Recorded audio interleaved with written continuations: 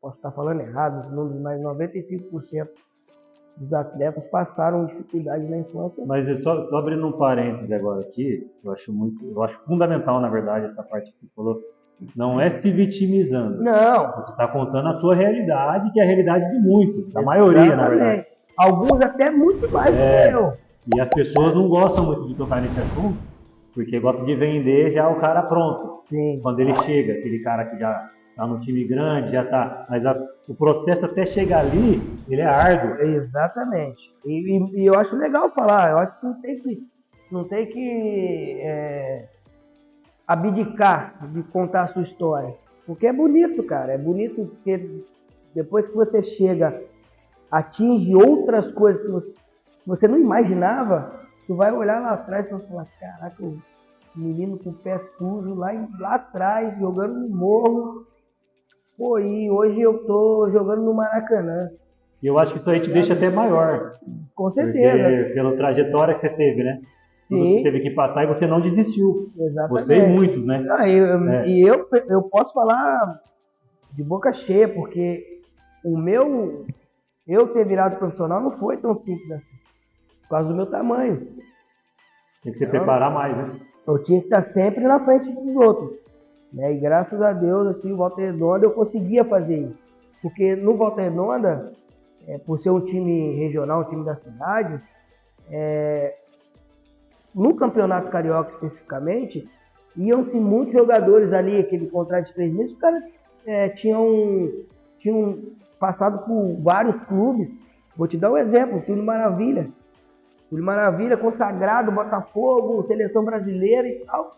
O cara tava lá no Volta Redonda, disputando o Campeonato Carioca. Graças a Deus conseguimos ser campeões, fomos campeões da Taça Guanabara, e eu pude participar disso. Entrei no jogo da final do Campeonato Carioca contra o Fluminense. A cidade inteira foi pro Maracanã. Então, assim, imagino. A cidade ficou vazia, cara. Acho que só ficou as vovozinhas, os atletas e tal. Então, assim, isso é legal. Você poder, né? Você lembrar esses momentos assim, sabe? Então, o Volta Redonda levava jogadores de nomes para poder compor elenco, até para ganhar uma visibilidade maior. E, pô, levaram o Túlio, levaram o Adriano, goleiro, que jogou no Flamengo, né? Pô, o Adriano jogou no Flamengo 95, 96, se eu não me engano. Então, assim, e ter o prazer de jogar com esses caras, eu novinho ali jogando, vendo esses caras, eu moleque, vendo os caras jogar no Flamengo, no Botafogo, isso daí é história que ninguém vai apagar. É lógico que não se compara, né? Uma comparação que não tem muita comparação, mas é a mesma coisa pra mim. De estar hoje gravando com vocês. Pô, caras que eu só vi jogar na TV e eu tô aqui hoje gravando, pô. Você jogou com o Neymar ou o Neymar jogou com você? O Neymar jogou comigo. Essa resenha eu acho top demais. Não se esqueçam disso. Menino Ney jogou comigo.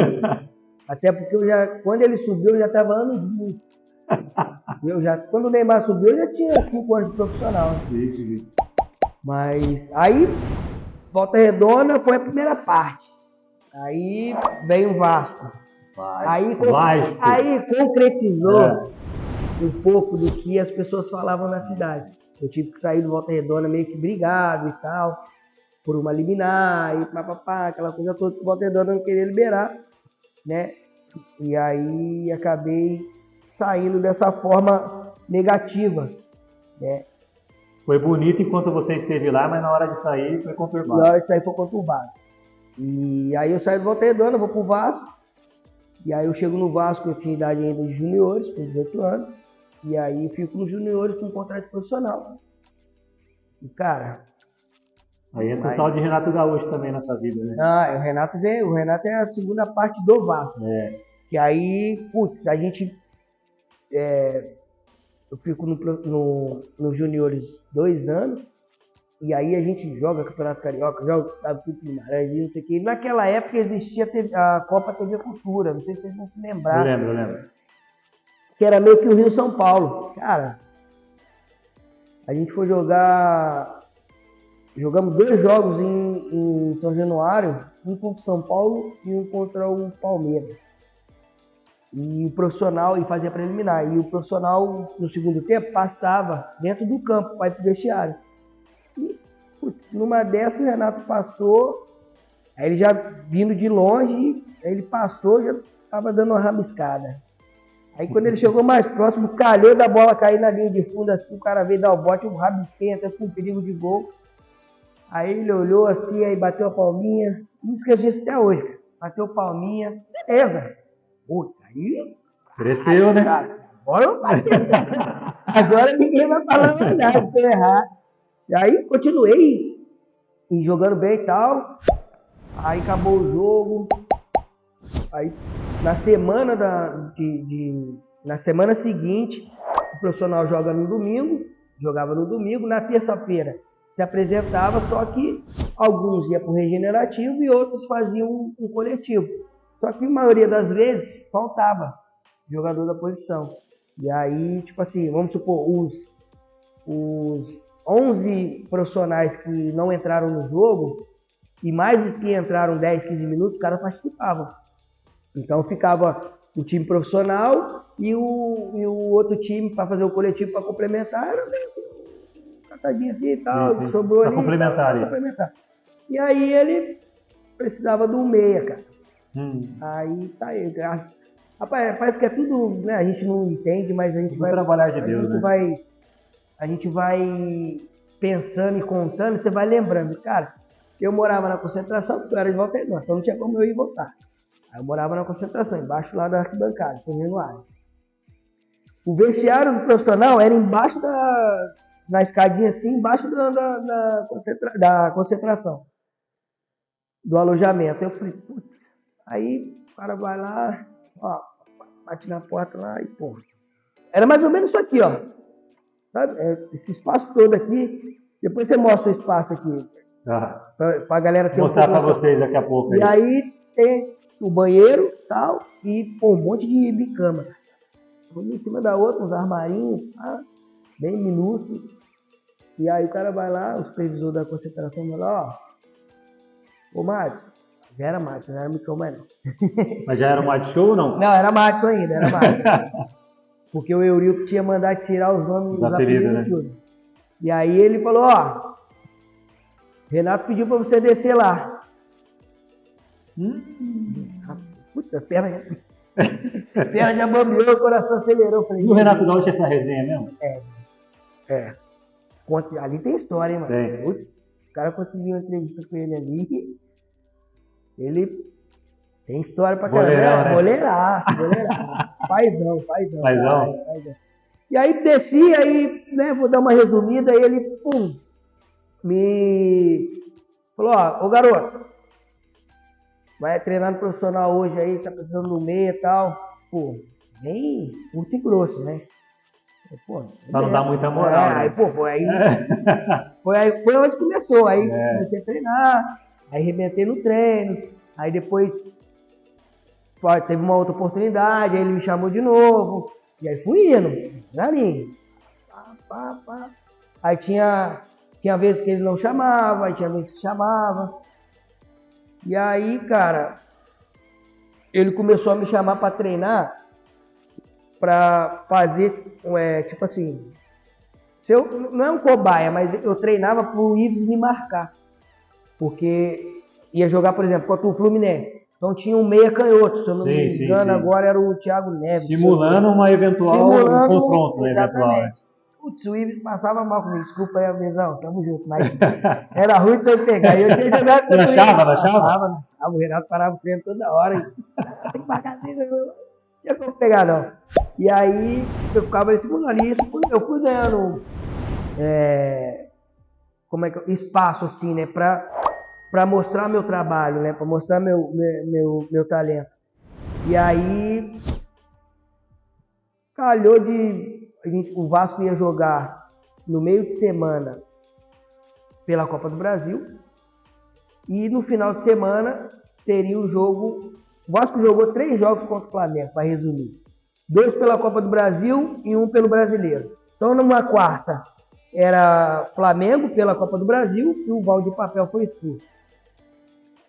No domingo, foi contra o Flamengo pelo Campeonato Brasileiro. Aí o Renato tirou todo o time titular e aí botou os reservas para jogar. E aí tinha que complementar o banco. Quem foi? O Matos. Putz, uma sexta-feira o cara me chama, supervisor. Chama naquela época era rádio, né?